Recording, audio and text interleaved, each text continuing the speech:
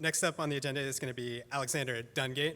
Alexander is the founder and CEO of On Deck Fisheries AI, a company that is advancing AI based in Canada. So please, everyone, welcome Alexander to the stage.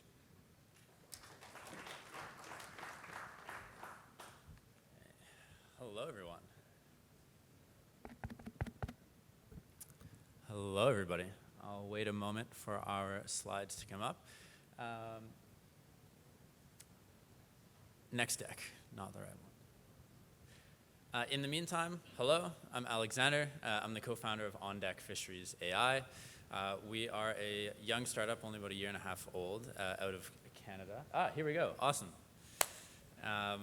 We can just kick it off. There you go, timer started. So, yep, young startup out of the, we spawned out of Canada's famous Institute for the Oceans and Fisheries.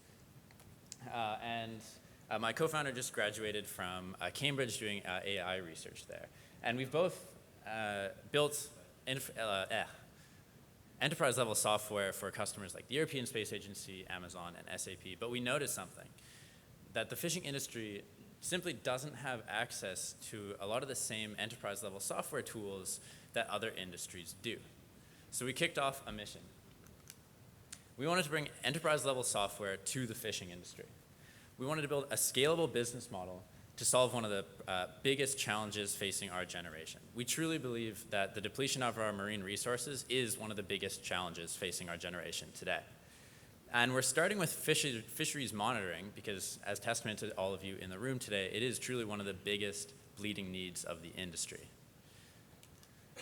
But before we started doing anything, we started talking to people to learn more. And we worked with over 100 people to identify why technology hasn't been adopted in this industry as quickly as it has in others. So we identified 4 key points. Number one, there has been a lot of perverse incentives in the industry.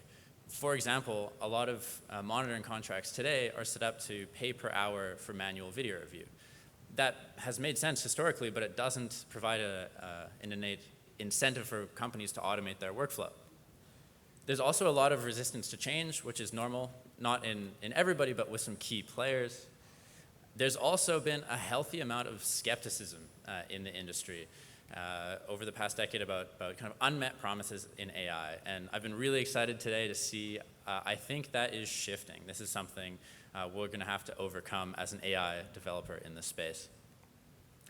The last one we found is there's a lack of software talent in the industry, which again makes sense. Really good software engineers are some of the most expensive talent to hire in the world. They're extremely hard to retain and attract in the first place. So those are all the challenges we identified, but there was also some massive opportunities, specifically an $11 billion opportunity for fishing analytics, on top of all of the money that can be saved from curbing IUU fishing. And even better, again, as testament to all of you here today, there's a massive desire and need from the industry to want to do things better. Back when we were just students with an idea, companies were asking us to incorporate so they could start doing business with us right away. That was an amazing sign. And so our mission is to drive adoption of these tools and scale. And to make that happen, we set 3 key principles that sets us apart. So the one is to be profit first. This means it sounds obvious, but for our customers, any tool we build actually has to make our customer money. That gets around the perverse incentive challenge that we identified as been pretty common. The second one is generalizability. Our approach is we don't want to build tools that are effective for only one boat. Our tools, we want them to be effective for an entire fleet or more. And lastly, reliable. This sounds obvious, but this is where the enterprise-level software comes in. We're building tools like a few others that are changing the way this industry operates. And to do that, these businesses are going to have to trust our technology to build the future of their business. That takes a lot of skill and trust. So just to make sure we're on the right track, we asked our customers, what do you think of this? And this was actually very heartwarming. People loved us. We were told we're inspiring for solving real fishing challenges, not just hype. We've got called game changers, and people are proud to work with us. And our tech partners call us reliable, innovative, and tenacious. But we knew we needed one more thing, and that was a village. everyone in the room here, we are changing the world, and this takes a village. So to be able to bring about these changes quickly, we built this incredible engine of support behind us, from industry leaders, some of whom we've heard from today, to influential NGOs, governments, and startup accelerators to help us with the commercial side. But enough talk. I want to show you how this all takes shape in real life.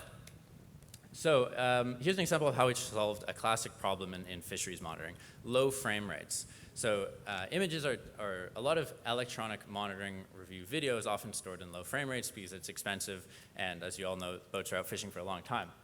But this makes it historically impossible for a computer to confidently track fish through a video.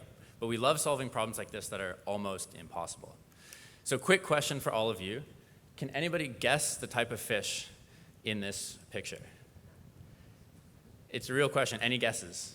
It's orange. I'll give you a hint. A scorpion fish. I've never heard of that one. A scuppy, maybe? Anybody from North America? It is a Canadian fish, so no luck. Okay, well, something? Okay. So I actually can't tell you what type of fish this is. I have no idea. That's not my area of expertise. But what I can tell you is this entire image is AI generated. It was never captured by a camera. So the original clip we showed you was around 1 frame a second, and we needed it to be around 4 frames a second to be able to track confidently in it. So we used AI to generate the 3 additional frames every second we needed. So it ends up looking like this on your left, which is pretty trippy to watch. So tools like this matter for 2 reasons. First of all, it makes our AI solutions useful to a broader market. Coming back to our generalizability, we want tools that work for everybody, not just those with the latest cameras that can record and store at high frame rates. Secondly, technology like this is how self-driving cars exist today. And we think the fishing industry should be able to benefit from technology like this as well. More practically, it means we can do automatic catch analytics and discard analytics in real time or onshore. So you can see here, it's speeding through a video, automatically counting all the fish that were caught and thrown overboard and providing some basic analytics. Now this will open up a huge new world for fisheries regulators. You can get automatic and real-time and affordable insight into catch per unit effort on a global scale. And for private fishing companies, we're talking about the incentives. A whole new world of analytics and smart fishing is about to open up for fishing companies. And partners are signing up to benefit from this. We're taking these bleeding edge AI solutions from other industries and providing them as a service. Now the big news, which I forgot to introduce on my first slide, we are now leading what I believe might be the biggest single investment into AI in electronic monitoring in history. If anyone has heard of a bigger one, please let me know. But it's a $3.5 million project with $1.5 million coming back, coming from the government of Canada. And this project is to scale up AI in fisheries across Canada, and scale up internationally. And when I say commercialize, we're going beyond just building software products. We're tackling, we're working with customers to work on pricing models that, again, looping back, makes them money for using them. We're working with regulators to ensure that they can actually use AI-generated data. That's a whole new field to explore here. And we're working with everyone you see on screen here to tackle all of the business challenges that come with bringing an innovative and disruptive technology into market. This can't be done alone. And the good news is this funding is for you. I asked if I could take the check and cash it and walk away personally. They said no.